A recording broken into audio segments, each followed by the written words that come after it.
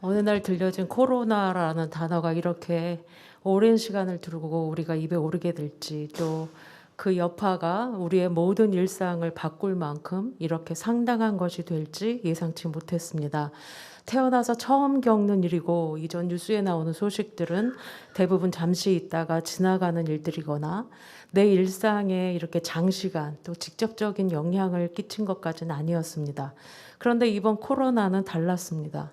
영화와 같은 일이 실제로 일어났고 2해째 계속되고 있습니다. 이런 가운데 많은 사람들이 생존의 위협을 받게도 되고, 불확실한 미래에 대한 두려움, 불안감이 커지다 보니까 살아남으려는 몸부림들이 여러 모양의 재테크에 몰리기도 하고, 그래서 빚을 내면서까지 투기를 하고, 사람들의 관심은 이전보다 어느 때보다 더 돈에 꽂혀 있는 것 같습니다. 또 우리는 서로 대면하는 일이 어려워지면서 연대의 개념이 흐려지고 있고 개인주의가 극대화되어 가는 건 아닌가, 서로의 다름에 대한 원망과 미움이 혐오로까지 번지고 있는 모습들을 보게 됩니다. 그런데 이런 세상의 모습은 차지하고라도 무엇보다 안타까운 것은 그간 믿는다 했던 우리들의 자화상입니다. 우리가 그간에 무엇을 어떻게 믿어온 걸까? 그리고 그동안 전해져 왔던 수많은 말씀의 선포들, 신앙의 가르침들이 과연 바른 것이었나, 우리의 삶의 모습을 보면서 회의가 들 정도의 생각이 들게 되는 시기였습니다.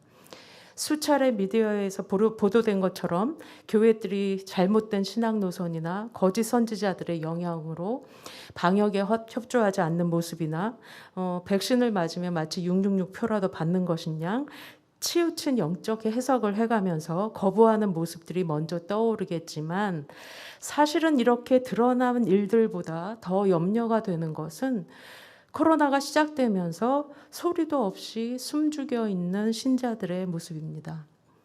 차라리 겉으로 드러난 잘못된 교리나 신학에 따른 폐단들은 예전에 유럽에 패스트가 유행했을 때나 역사 속의 여러 가지 위기의 상황들 속에서 양상은 좀 달라도 늘 있어온 모습이었습니다. 말씀드리려는 것은 이렇게 대놓고 상식과 성경에 어긋나는 그런 일들보다도 보통의 신앙인들의 변화, 우리의 예배의 모습의 변화, 우리의 영적 상태의 변화들을 지켜볼 때에 더 큰 위기감을 갖게 되는 것입니다. 우리의 신앙을 소리 없이 좀먹고 있는 뭔가가 여기저기서 활동하고 있는 듯한 느낌을 받게 됩니다. 설문 결과를 보면 코로나가 그친 이후에도 이전처럼 사람들이 다시 교회로 나와 돌아올 것인가, 다시 와서 예배를 드릴 것인가 라는 질문에 대한 답변이 그리 긍정적이지만 않습니다.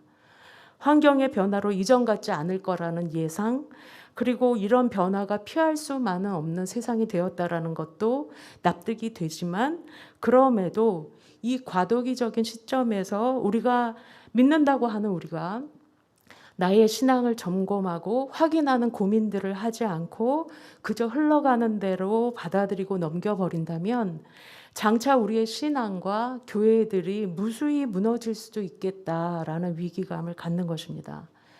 드러나게 말하고 있지 않지만 코로나 팬데믹이 길어지면서 많은 수의 교인들이 마음 깊은 곳에서 영적으로 회의감, 무력감을 느끼는 모습을 보게 됩니다.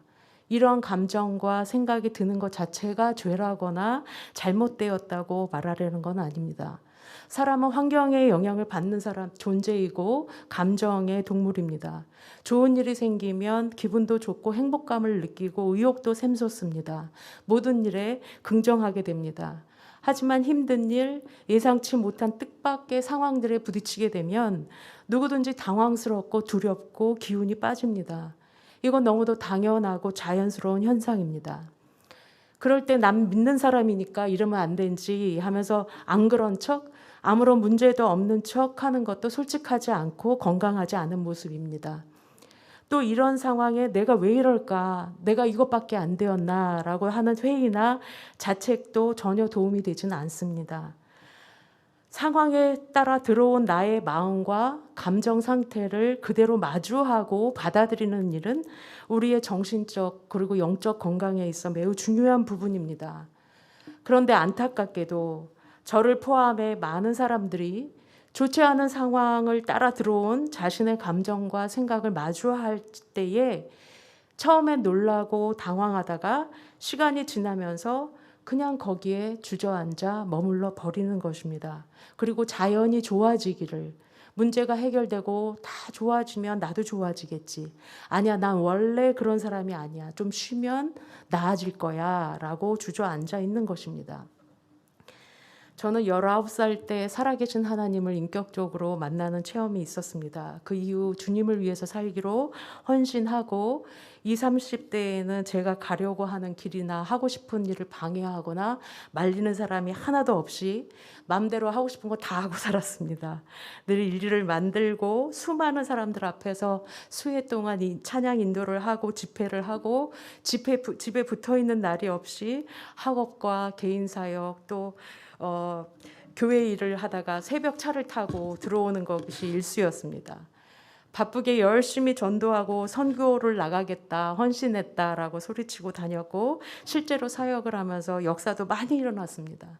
사람들의 인생이 바뀌기도 하고 헌신하는 사람도 일어나고 병 고치는 것도 많이 받고 귀신이 나가는 것도 사역 중에 많이 경험했습니다. 그래서 저는 제가 꽤 괜찮은 사역자고 괜찮은 사람인 줄 알았습니다. 그런데 내 인생에도 아주 오랫동안 코로나 팬데믹과 같은 시기가 왔습니다. 목회자와 결혼한 후에 사모로 살아가는 삶은 또 달랐고 친정아버지가 코마 상태로 기약도 없이 누워있던 시간들, 또 그로 인해서 닥치진 많은 문제들을 정말 감당하기 힘든 시간이었습니다. 그리고 아버지의 장례를 마치고 만삭의 몸으로 따라간 낯선 땅에서의 남편의 유학생활, 그 기간도 육아에 대해서 무지한 상태에서 혼자 아기를 키우면서 친밀하게 교제하는 사람 하나도 없이 집에만 갇혀서 지내다가 보니까 우울증이 생겼습니다. 남들한테 어디다가 내 형편을 말하고 이야기해도 이해해 준 사람도 없었고 믿어주지도 않고 알아주지도 않았습니다.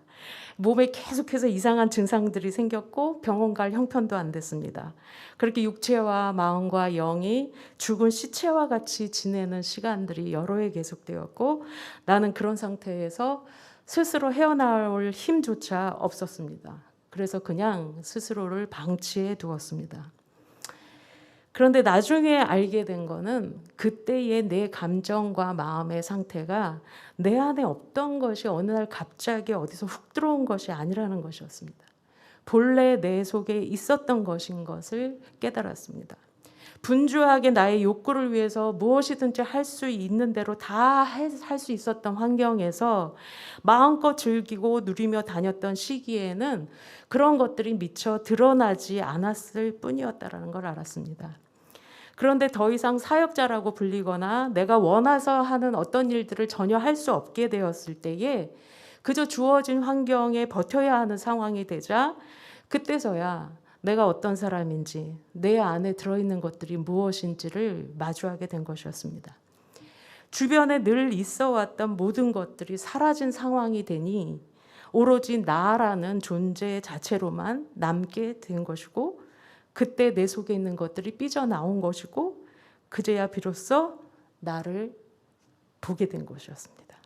그동안 하나님을 믿고 따르고 섬긴 모든 것들이 내 존재로 섬긴 게 아니었다는 것이 막말로 뽀록이 났습니다. 아골골짝 빈들은커녕 내 삶 하나도 감당하지 못하고 있었습니다. 이후로도 여전히 뜻하지 않은 어려움들이 여러 해 동안 있게 되었지만 놀라운 것은 그 속에도 하나님이 일하고 계셨습니다. 시간이 좀 걸리긴 했지만 제가 차츰 변하고 있는 것이 발견되어졌습니다. 늘 탄식하면서 계속해서 하나님께 질문해온 절실한 기도가 있었는데 하나님 왜 나를 사용하지 않으십니까? 이제 안 쓰시기로 작정하셨습니까? 날 버리시는 겁니까? 라는 거였습니다. 근데 이 기도가 조금씩 바뀌기 시작했습니다. 하나님 혹시 절 앞으로 사용하시지 않는다고 해도 그래서 어디서 어떤 모습으로 살아간다고 해도 하나님이 기뻐하시는 삶을 사는 사람이 되기를 원합니다. 도와주십시오. 기도가 이렇게 바뀔 수 있었던 것은 광야와 같은 시간들 속에서 내 마음 깊은 곳에서 들려지는 주님의 음성과 같은 확실한 깨달음이 저에게 있었기 때문입니다. 주님이 저에게 그렇게 말씀하시는 것 같았습니다. 내가 원하는 건 네가 나를 위해서 뭔가를 하는 게 아니다. 내가 너의 아버지요, 너의 하나님이 되어서 너의 삶을 다 주관하고 있고 지키고 있다는 것을 네가 아는 것이다.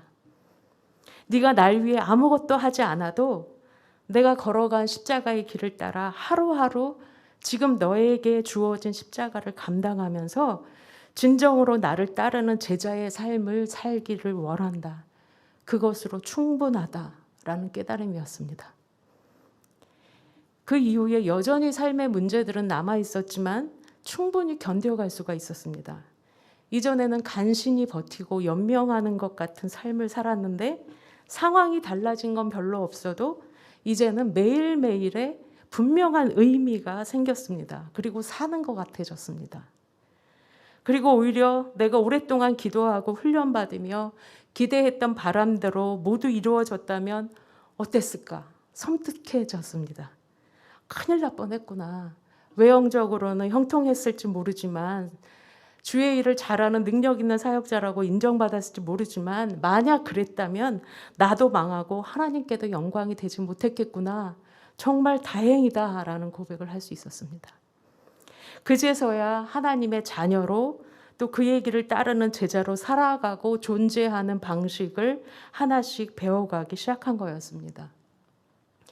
주님을 위해서라면 죽음까지도 불사할 것처럼 큰 소리 쳤던 베드로와 같이 저 역시도 호기로웠고 뜨거웠었지만 철저히 내가 죽어지지 못했고 나를 부인하는 실천적인 삶에까지는 이르지 못했었던 것입니다. 내 존재로 하나님을 섬기는 것, 내 존재로 하나님을 따른다는 것이 무엇인지를 저는 온전히 이해하지 못했던 상태였습니다. 모세가 애굽의 왕자로 있을 때에 자기 민족에 대한 의로움의 마음에 살인까지 저지르게 되었지만 하나님은 그때 모세를 불러 사용하지 않으셨습니다. 그 길로 도망쳐서 광야로 숨어 들어가 40년간이나 지낸 후에 하나님이 떨기나무 가운데 모세를 불러주십니다. 모세야, 모세야, 내가 시키는 일을 위해 바로에게 가라. 옛날 같으면 아마 모세는 말씀하옵소서, 제가 듣겠나이다, 제가 가겠습니다, 바로 답했을 것이지만 모세는 이제는 자신이 얼마나 비천하고 아무것도 아닌 존재인지를 모조리 알아버렸습니다. 말도 안 됩니다. 저 못합니다. 저는 말할 줄 아는 능력도 말주변도 없는 사람입니다.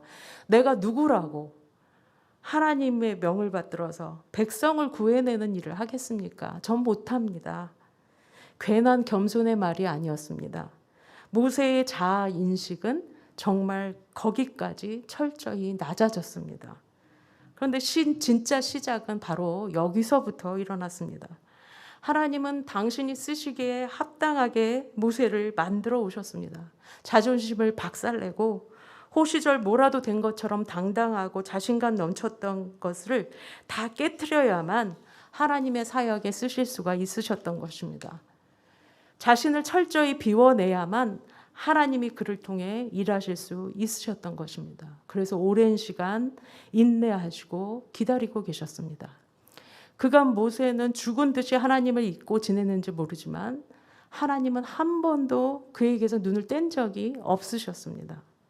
예전에 잘 나갔을지 모르지만 이제 남들 보기에는 김 빠진 모 같고 내세울 것 하나 없을 때 하나님은 그때서야 이제 됐다, 이제 가라 하시는 것입니다. 그렇게 모세 자신이 죽어야만 그를 통해 하나님이 역사하시게 되고 그가 아니라 하나님이 드러날 수 있는 상태가, 그런 준비가 되어진 것입니다. 우리가 지금 느끼는 무력감이나 영적인 회의감들 괜찮습니다. 그리고 다행입니다. 지금과 같은 시기가 없이 그저 아무런 문제 없이 잘 나가기만 했다면 우리는 진짜 나의 모습을 파악하지 못하고 겉으로 드러난 허상이 진짜인 줄 알고 살아갔을 것입니다. 그건 정말 더 두려운 일입니다. 부끄럽지만 이제라도 나의 모습을 제대로 보게 되었으니 다행입니다. 인정하기 싫어도 지금의 내 모습 그대로를 하나님 앞에 올려드리고 스스로도 받아들여야 됩니다. 그때 회복이 시작될 수 있습니다. 하나님 앞에서 끝내 나는 원래 이런 사람이 아니에요. 하나님도 아시잖아요. 라고 버티면 버틸수록 회복의 시간은 더뎌집니다. 자기가 죽기 싫어서 버티면 버틸수록 영적으로 추해집니다. 내가 누군데, 그동안 내가 어떻게 살아왔는데 이제 와서 내 자존심을 깨트려 하지 말고 죽어줘야 됩니다. 그러면 다시 삽니다. 진정한 나의 모습을 찾게 되고 참 자유하게 됩니다. 상황에 따라 흔들리는 믿음이나 사람을 의지하고 사람을 따라 움직이는 믿음이 아니라 하나님 앞에 선 진정한 성도로서의 내 모습과 내 믿음을 찾게 되는 것입니다. 지금 이 시기를 우리가 어떻게 보내는가에 따라 우리의 앞날이 바뀌게 되고 회복되기까지의 시간도 결정이 될 것입니다. 어려움이 다 지난 다음에 내가 어디에 서 있게 될지 그것은 지금의 우리의 선택에 달려 있습니다. 코로나로 인해 비대면 예배가 시작되면서 처음에는 온라인으로 여기저기 입에 맞는 말씀이라도 찾아 그나마라도 예배를 드렸는데 그것도 시간이 갈수록 실시간을 놓치게 되고 그런 빈도수가 늘고 나중엔 그조차도 드리지 않게 되는 경우가 많아집니다. 하나님은 어디든지 계시고 내가 하나님의 성전이라고 했으니까 어디서나 예배 드리면 되지 뭐 언제든지 드릴 수 있는데 하면서 교회 나가지 않는 것을 스스로 위안 삼고 합리화할 시기도 지났습니다. 내 믿음이 지금 좀 침체된 거는 코로나 때문에 그런 거야. 교회 문제야. 담임 목사가 결정되면 그리고 모든 문제가 해결되면 그때는 나도 회복될 거야 라고 생각하지 마십시오. 그것들로 내 마음에 도피처와 핑계를 삼지 마십시오. 코로나가 그쳐도 좋으신 담임 목사님이 온다고 해서 또 만사 편안해지고 해결이 된다고 해서 나 자신이 바뀌는 것이 아닙니다. 지금의 내 영적인 모습, 그것이 내 믿음의 정도입니다. 정직하게 바라봐야 됩니다. 나의 상태에 대한 원인을 자꾸 밖에서 찾으려 하면 우리가 새로워질 수도 없고 성숙해 갈 수도 없습니다. 회복되어야 되는 건 상황이나 문제 등의 현실적인 일 이전에 나의 믿음과 나의 영적인 상태입니다. 너무 지체하지 마십시오. 자신을 그 상태에 너무 오래 내버려둬서 마귀로 틈을 탈 기회를 주지 마십시오. 자신의 감정과 생각에 계속 빠져 있지 마십시오. 믿음이 아닌 것은 버려야 됩니다. 그리고 제일 중요한 것 하나, 약속의 말씀을 붙드는 일입니다. 믿음은 자신의 느낌이나 감정을 따르는 것이 아니라 말씀을 의지하고 따라가는 것입니다. 오늘 본문의 말씀은 하나님께서 주시는 당신의 백성들을 향한 구원의 메시지입니다. 야곱아, 너를 창조하신 여호와께서 이제 말씀하시느니라. 이스라엘아, 너를 조성하신 자가 이제 말씀하시느니라. 너는 두려워 말라. 내가 너를 구속하였고 내가 너를 지명하여 불렀나니 너는 내 것이라. 내가 물 가운데로 지날 때에 내가 함께할 것이라. 강을 건널 때에 물이 너를 침몰치 못할 것이고 내가 불 가운데로 행하여도 타지도 않을 것이고 불꽃이 너를 사르지도 못하리니 대저 나는 여호와 내 하나님이요 이스라엘의 거룩한 자요 내 구원자임이라. 하나님은 우리가 평안할 때만의 하나님이 아니십니다. 파도가 출렁이는 강을 건널 때 또 타오르는 불꽃 가운데를 통과해야 할 때도 하나님은 여전히 우리의 하나님 아버지 되십니다. 그 하나님이 물이 침몰치 못하도록 불꽃이 우리를 사르지 못하도록 지켜주십니다. 우리의 구원자, 보수자, 환난 날의 피난처가 되어주십니다.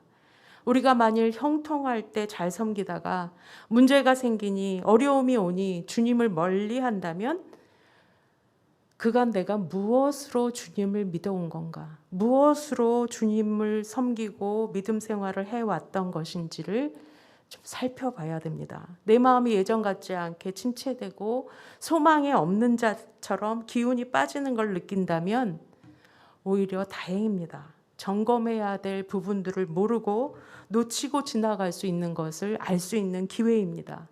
내실을 갖춘 신앙인이 될 수 있는 기간이 될 수 있습니다. 이 시기를 어찌 보내는가에 따라 신앙의 도약을 이루는 분들도 계실 것이고, 반대로 그나마 있던 신앙도 까먹는, 잃어버리게 되는 일도 생길 수가 있습니다. 다른 문제보다도 나의 내면을 살펴보는 기간이 되시기 바랍니다.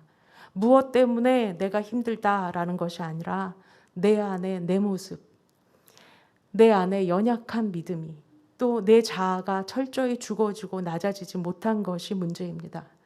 주를 찾지 않는 영적 게으름이 문제고, 주님으로 만족하지 않는 믿음, 주님을 의지하지 않는 믿음이 문제인 것입니다.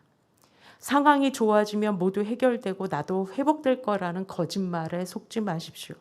그래야 좋아진다고 하면 그건 진짜 내 모습이 아니라 거짓입니다. 유진 피터슨 목사님은 이런 이야기를 했습니다. 그리스도인으로의 자의식은 우리가 진실이라고 가정했던 것이 사실은 거짓이라는 고통스러운 깨달음에서 비롯된다. 우리를 향한 진실은 상황에 호전되는 것에 있는 것이 아니라 나를 만드신 창조주 하나님이 지금도 변함없이 우리를 사랑해 주고 계신다라는 사실입니다. 이것을 아멘으로 받아들이는 일입니다. 깨닫지 못하고 죄 가운데 있는 백성들을 향해서 하나님은 오늘도 구원의 메시지를 보내고 계십니다. 너를 창조한 여호와, 모태로부터 너를 조성한 나 여호와, 내가 너를 지키겠다. 너와 함께하겠다. 나는 전능한 너의 하나님이라, 너의 구원자임이라. 하나님이 무엇 때문에 이토록 우리를 사랑하시는가 하면 그 답이 오늘 본문에 너는 내 것이라 라는 말씀에 들어있습니다. 하나님은 당신의 자녀들이 공경에 빠지고 고통 속에 있는 것을 결코 보고만 계시는 분이 아닙니다. 멸망길로 가도록 내버려 두시지 않습니다. 왜냐하면 우리가 당신의 소유이기 때문에 그렇습니다. 우리는 하나님의 것입니다. 전능하시고 은혜와 사랑이 한이 없으신 하나님의 소유입니다. 그분이 나를 가장 잘 아시고 나를 가장 사랑하시는 아버지가 되십니다. 이 하나님은 원수 마귀에게 우리를 결코 빼앗기지도 내어주지도 않으십니다. 찬송가 주날개미 내가 평안이시네 라는 찬송을 지은 윌리엄 커싱 목사님은 사랑하는 아내를 병으로 잃고 난 뒤에 갑자기 성대에 이상이 생겨서 목소리마저도 잃어버리게 되었습니다. 그래서 더 이상 강단에서 말씀을 선포하는 사역도 감당하지 못하게 되었을 때에 삶을 포기하고 싶은 절망감을 느꼈다고 합니다. 그때 주님 앞에 나가서 목사님이 기도하기를, 주님의 뜻이 어디 있습니까? 저를 이 땅에 태어나게 하신 이유가 무엇입니까? 차라리 저의 생명을 거두어 가십시오 라고 기도했다고 합니다. 그때 하나님이 찾아와서 목사님께 하시는 말씀이 이것이었다고 합니다. 너는 내 것이라. 말 못하는 입술도 병든 내 몸도 모두 내 것이라. 이 음성에 커싱 목사님의 마음이 다 녹아내렸다고 합니다. 그리고 자신의 소유, 사역, 건강까지도 주님 앞에 내려놓았습니다. 하나님의 종으로 산다고 하면서 온전히 주님의 날개 아래 거하지 못한 것을 회개했다고 합니다.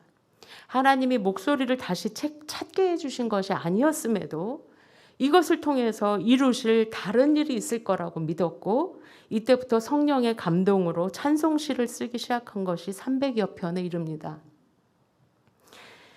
위대한 사역이나 교회의 직분, 오랜 신앙생활과 연륜이 그 사람의 신앙을 증명하지 않습니다. 무언가를 하고 싶어도 할 수 없는 때가 있습니다. 그때는 하나님의 소유된 내 존재에 더 집중해야 되는 시기입니다. 나를 더 살펴서 알 수 있는 기회입니다.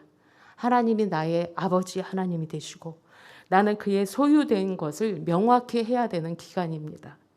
내가 내 존재로 하나님을 예배하고 있는가를 확인할 수 있어야 됩니다. 내 존재로 하나님을 예배한다는 것은 나의 모든 삶으로 주님을 섬긴다라는 것을 뜻합니다.